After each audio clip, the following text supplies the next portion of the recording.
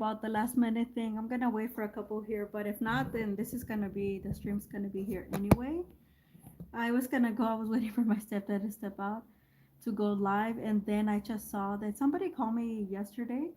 When you're a sub, you have some benefits because you're part of a different union, but you're still. So I guess so they take away, the union through your paycheck. So I guess I have some. I accumulated some benefits. And so yeah, I have to talk to him at 3 o'clock. So I was like, ugh. And I looked and I'm like, I was hoping it was two so I could do it and get rid of him and then be with you guys. But so this stream is gonna probably be between 45 and 50 minutes. Um, I did give a heads up, but I think I said an hour, so I think maybe some people are gonna show up. Like I said, it'll be here. I wanted to share with you the why this book, how I don't it just show up in my radar on Amazon. I bought it without hesitation because like I said, I've been wanting to read like actual books. I do have some books, but still from my old major 25th anniversary edition. I didn't know that. And right now, I want to read for you guys. Like I said, this stream is going to be here anyway. I am going to swatch the Faber Castell because this is the 25th anniversary of this book.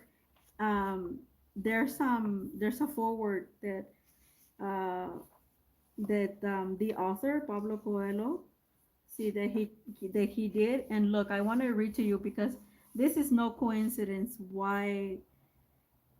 It's just, you'll see. When The Alchemist first was published 25 years ago in my native Brazil, no one noticed. A bookseller in the northeast corner of the country told me that only one person purchased a copy the first week of its release. It took another 6 months for the bookseller to unload a second copy. And that was the same person who bought the first, and who knows how long it took to sell the third. By the end of the year, it was clear that everyone that The Alchemist wasn't working. Was clear to everyone that The Alchemist wasn't working. My original publisher decided to cut me loose and cancel out our contract. They wiped their hands off the project and let me take the book with me. I was 41 and desperate. See, I was 41. I'm 41. When I saw that, and I didn't know this, I just finished reading it right before I was setting up for this live. And I was like, oh my gosh, I that's why I said there's no coincidence. Things happen for me in my radar, especially now, like that I draw on it like unexpectedly, but there's a reason why. I may not know why, but now I understand. But I never lost faith in the book or even wavered my vision. Why? Because it was in there. All of me, all my heart and soul. I was living in my own metaphor. A man sets out on a journey dreaming of a beautiful or magical place in pursuit of some unknown treasure. At the end of his journey, the man realizes the treasure was with him the entire time. And then I'm just gonna stop there. This is the foreword that he inserted. So just to let you know, and this why I named this channel Art Alchemist, because I always feel like the alchemist.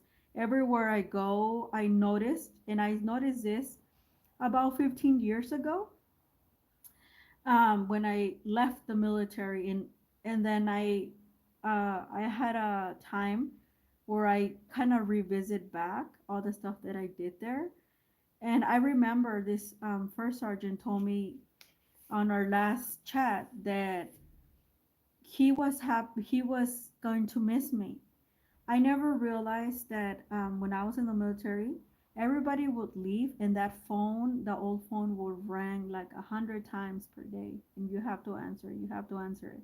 So I was HR. I was what they call the paper pusher. I did all the not brigade because we were under like broken down into units. So all my units paperwork, everybody that came and go, I would have to see. Um, so I had all the updates and stuff. And I remember the sergeant said he was gonna miss me. At the time, I didn't realize because I always ate lunch at the office. I would go bring my lunch out. We had an hour and a half of lunch. So 95% of the time I would bring it in. I would do all my work and eat with the other hand. And sure enough, this first sergeant would call, and I would tell him I didn't really know I was doing all these updates. Like I would update all the stuff that was happening before it hit him. So he was always prepared. So when he told me that, I was like, oh, but there's going to be somebody else. He said, no, you don't understand. Um, you picking up the phone during your lunch says a lot. And you, it looks like you memorized a lot of your work. And I did. I memorized a lot of my work. Hi, Liam. Yeah. And um, and that's kind of where this kind of stem from. People used to, you know how people give you book suggestions, but there was a point in my life where I stay away from books, or I just couldn't read something. I've been yearning to read back like I was a teenager, just like I don't know if going back to Claremont, the city close to Pomona where I had my upbringing, where I was kind of what how I am now with this channel, kind of free and flowy, kind of like that. That's kind of how I would manifest what became my life at 23. After I left the service, I actually did everything that I said I was going to do at that time. Everything, and I had to come up. It was the hardest thing to restart at a bad time in economy. We were still at a war. I came back to California and it had changed so much. And coming back from the East Coast, I was stationed in North Carolina, and I did most of the South, and I didn't really like it. Um, so it was like a tribulating time for me, and I had to come up with new set of goals, new stuff, and something that I just never fully thought of. I thought that just life would just that I didn't think I was gonna achieve a lot of my life goals by 23. And yeah, and I had to restart and create more because on I don't know if you know this, but you're creating every day whether you're noticed or not, by your thought, by your action, by everything. And that's probably why now, after the, why 3.5 years ago I was drawn into painting. Well, I started 3 years ago painting around this time. Um, but 3.5 years ago is where I started this art journey, thanks to taking art history as another added skill to my already repertoire. And I am so happy I did. And then I found this amazing community. I started as a crafter, but I didn't create a channel. I was just kind of following along. And that community itself did bring a lot of my, what now has become my true creativity in like the second half of my life, because I am 41, in case you guys don't know. Just like the alchemist when he wrote that book, I was like, oh my God. So coincidence, stuff like that happened. I noticed it started happening more. So yeah, it was like, yeah, if I would tell you guys, let's just say the planet Pluto, which is hell on earth for us that passes through, it stayed in our sign for 16 years. So when I left the military, about a year and a half, that's when this planet enlisted in my sun sign. And oh my God, I am a totally different person than I was um, about 20ish, 18 years ago. And a lot of people that have known me 20 years ago or later will tell you that I am like almost like a complete different person. So if back then I would have married, hi, I would have probably, I am 100% sure I would have divorced. Probably not once, but maybe a couple of times. I was, I also kind of felt like I didn't want to get married at the time. So I didn't, and I don't have any kids and stuff like that. And I'm pretty happy. I haven't completely closed the door on my own kid, but I have only about 3 or 4 years left, probably. And then I probably would hit menopause, is what I think. I don't know, but that's kind of like I just wanted to share with that because yeah, I started this art journey as a career change as well, but now it's like I'm more I noticed education is my field. I've done a lot of education during my adult life, and I'm still going back. That something always sends me back to education is kind of what I thought. Like, you know what? Education is my field, whether I like it or not. But I couldn't list all these skills that, like art that came about 3 years ago, like painting and all this other stuff. That's why I'm doing Spanish, because Spanish, it's an open book. You can do it through film, you can do it through art, you can do it through literature. It's not just like a black and white with grammar and all that stuff. That's kind of the boring stuff. But that's, if you ever, tip, if you ever want to know, of a certain country or a foreign language, or how people in this certain culture moves, read anything literature based, and it'll make it real clear, especially if it's in that particular language. If you can. If not, you might have to get a lot of the translation. That is how I learned, a lot of, other things through literature. I love international literature since I was, a little kid, and that's how I came about and created my life basically. So yeah, I just wanted to share with you guys that little bit of an insight, that a lot of times coincidence, they happen for a reason. So there we are. That's why this channel is named The Alchemist. You have everything you will need. You just have to open yourself to it. So today we're gonna do a swatch of Faber Castell. So these, Pitt pens are the old version. I ordered like 25 of them because from the Faber Castell website, they are going to be faded out. If these are the formerly ones, they only had 25. They've been selling them for $3. I got them for $2 and I think 25 cents. So I had a 25% off and then free shipping. So I finally jumped on it.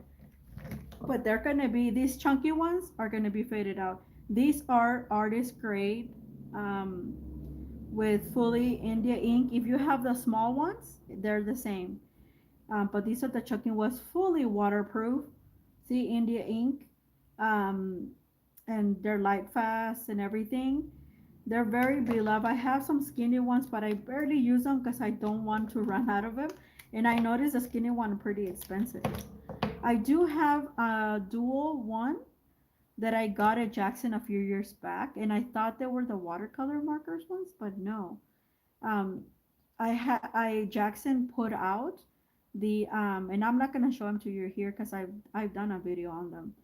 But the other ones have like this tip, and then it has on here it has a dual tip. The other one is like, the same color, but it's to do line work, of that color. Yeah, so this one is just one.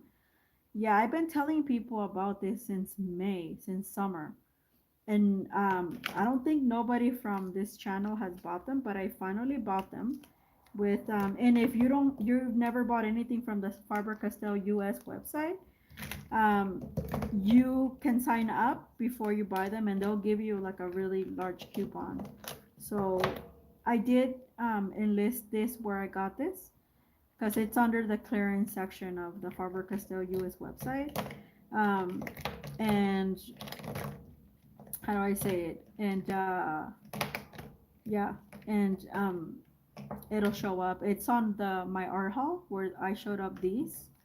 The last one that I did, the last one for the year. So these lives are basically based on this. So like I said, I don't have too much time, but we are going to swatch these. I'm gonna give you I have 25 of them, and I'm gonna give you the name before we start swatching. Okay, so this is the, cream color, and see, it poses really well. Like I said, they're waterproof, they're artist grade, they're very beloved. And these are the biggest ones, and they're about to be faded out. I did notice Faber Castell, anything chunky like the Magnus, remember watercolors? The Albert Schuro Magnus, the ones that I love when I discovered them, and they're faded out. So Australia had a couple of them, but they were so expensive to ship that I decided that whatever I have is what I have, and I'm not gonna go for it. So yeah, you can move these if you see. You can move these right after you lay them down. But as soon as they dry, they're like acrylic. They're permanent. And these are good. People use them to layer like like with mixed media. So you can if you want to move it, you can. But it has to be right after you lay it down. You can move it just a little tiny bit and it'll create a really nice watercolor effect. But as soon as it dries, it will not move anymore. It is permanent. So a lot of people, like I say, use them to layer after they do watercolor or they do something mixed media, and then they lay these on top and they let it dry. And you could also let this dry and add like over acrylics. I think it's to work. So this is light jello glaze.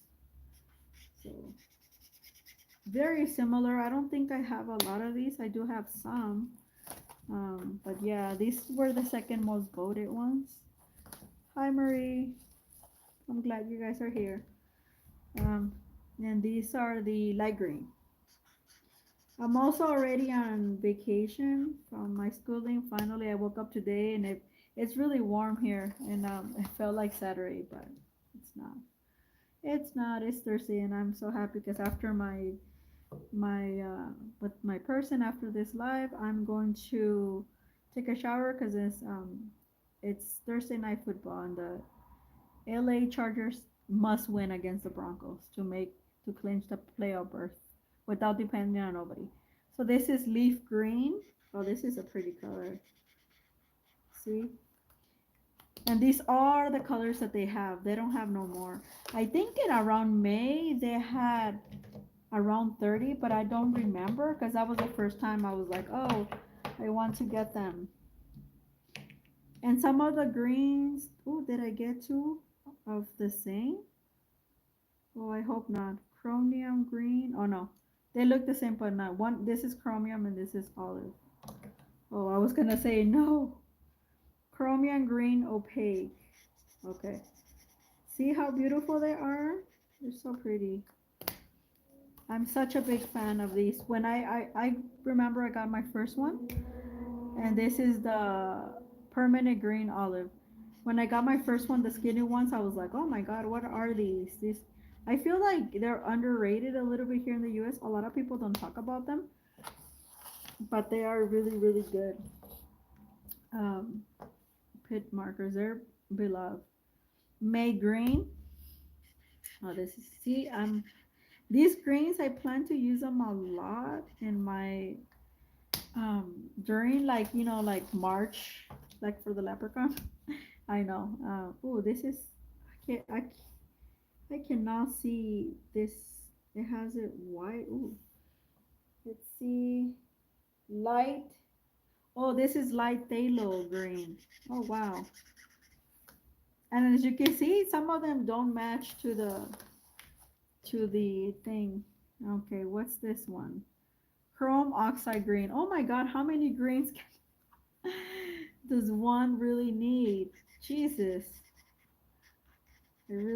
I guess a lot of people, I think once they sold out of these, and they haven't, like I said, I remember there was 30 of them, but I could be wrong.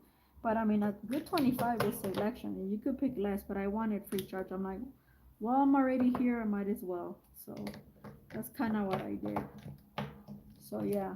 Ooh, orange, blue. I have a lot of them look very similar.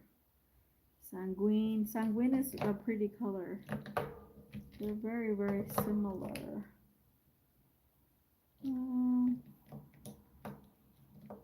Let's see.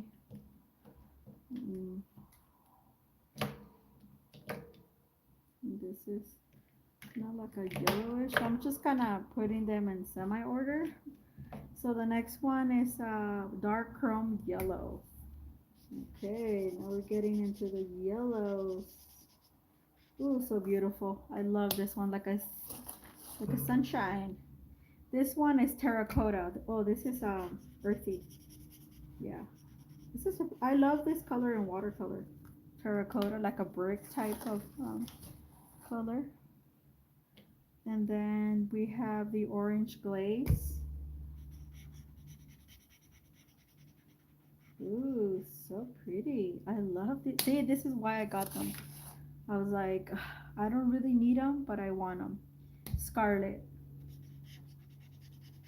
Oh, this is kind of like a in between terracotta and like a red. Like a almost like a it could if you mix it, it could be like a pinkish. Um, this is green gold. Oh my God, I was excited for this one. It's more gold than green. Oh, this is I love this watercolor in watercolors. It's one of my fave, you guys. Let's see this one. It is cinnamon. This reminds me of Cinnamon and Cooney. Oh God, I can't believe she's gone. That's crazy. The art Sherpa. We don't have her anymore, only in spirit. Sanguine. Yeah. This is more. I have Sanguine and Winsor Newton, and that one's red. This one is not red. This is yeah, it's something else. So we're gonna get now into the reds and purples and blues. So let's see what we have here. Pink, carmine. Ooh, I wanted to see this one. Ooh, so good. Oh, look at that. So beautiful, you guys. I am loving this swatch and it's fast. Ooh, deep scarlet red. Let's see how this. Oh, okay. So yeah, this scarlet on this Pitt markers is not like the red scarlet. Like I'm used to scarlet like this on watercolors. This is a little bit more on the pinkish moody side. So this is pale Garanum, Garaninum Lake 121. I don't know. Okay, this is more like a Christmas red, not a violet. So yeah, I'm glad I got these because a lot of these colors I don't have. This is magenta. So none of them are repeated, I don't think. I, and it took me a while to get them all in my cart because it would go back and it would go back. And I was like, oh.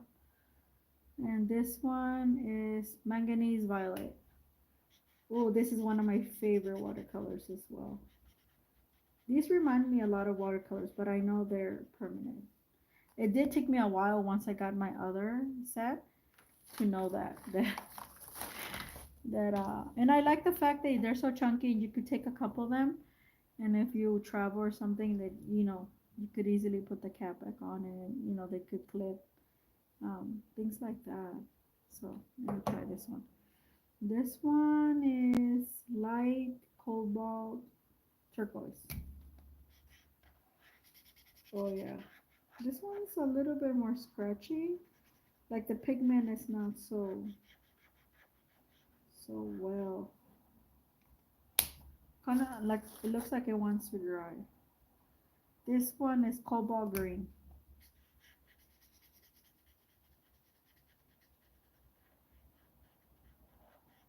Cobalt green and phthalo blue.